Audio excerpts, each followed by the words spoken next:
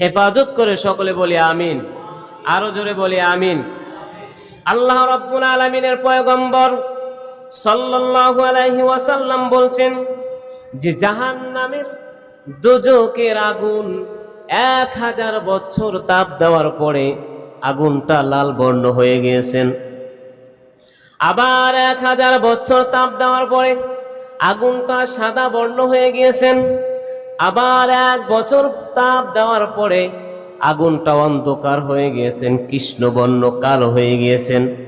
এত কালো গায়ের পশম পর্যন্ত দেখা যাবে না, এত কালো।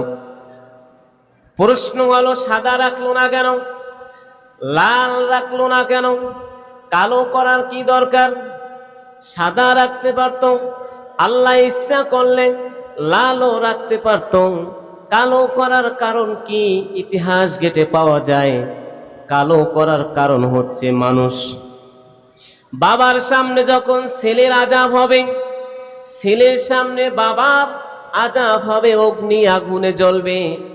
মায়ের সামনে যখন সন্তানের আযাব হবে, সন্তানের সামনে যখন মায়ের আযাব হবে, একজনের আযাব আরেকজন দেখতে পারবে না, দেখানো যাবে না।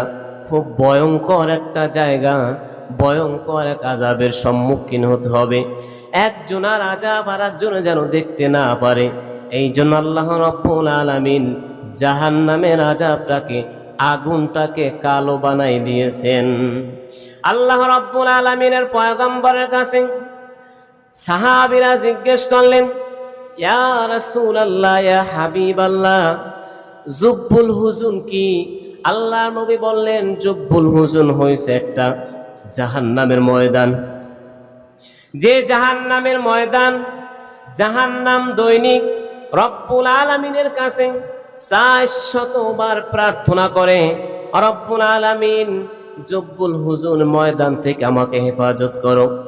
জাহান্নাম যদি একটা ময়দান থেকে হেফাজত করে চায়, যে জাহান্নামের মধ্যে কোটি কোটি আগুন থাকবে, অগ্নি জ্বলিত আগুন থাকবে, সে আগুন ওই ময়দান থেকে হেফাজত চায়, তাহলে ওই জাহান্নামের চাইতেও কিয়ামতের ময়দানে যে জুব্বুল হুজুন একটা ময়দান থাকবে, ওই ময়দানে জাহান্নাম যদি পানা চায়, আর ওই ময়দানে যদি আপনাকে আমাকে নিয়ে নিক্ষেপ করা হয়, তখন মানুষ ওই ময়দান থেকে বের হইতে চাইবে, ময়দান থেকে বের হইতে চাইবে।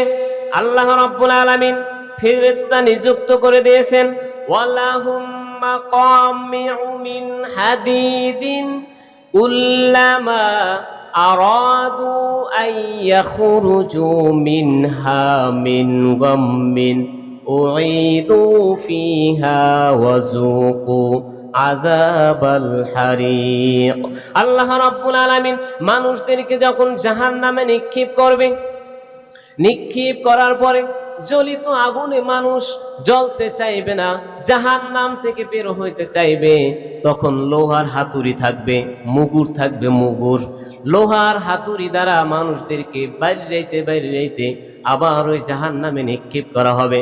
আর বলা হবে, যাও যাও, তোমাদেরকে কোটি কোটি মসজিদ আলেম ওলামা তোমাদেরকে জানাই দিয়েছে, বলে দিয়েছে, তোমরা বিশ্বাস করো নাই, ইসলামের পথে চলো নাই, জান্নাতের পথে চলো নাই, কোরআন হাদিস মানো নাই, নামাজ পড়ো নাই, হজ করো নাই, রোজা রাখো নাই, যাকাত দাও নাই, আজকের যাও জাহান্নামের আগুনের স্বাদ গ্রহণ করো। কেমন মজা! জোরে জোরে বলা যাবে কি নাউজুবিল্লাহ।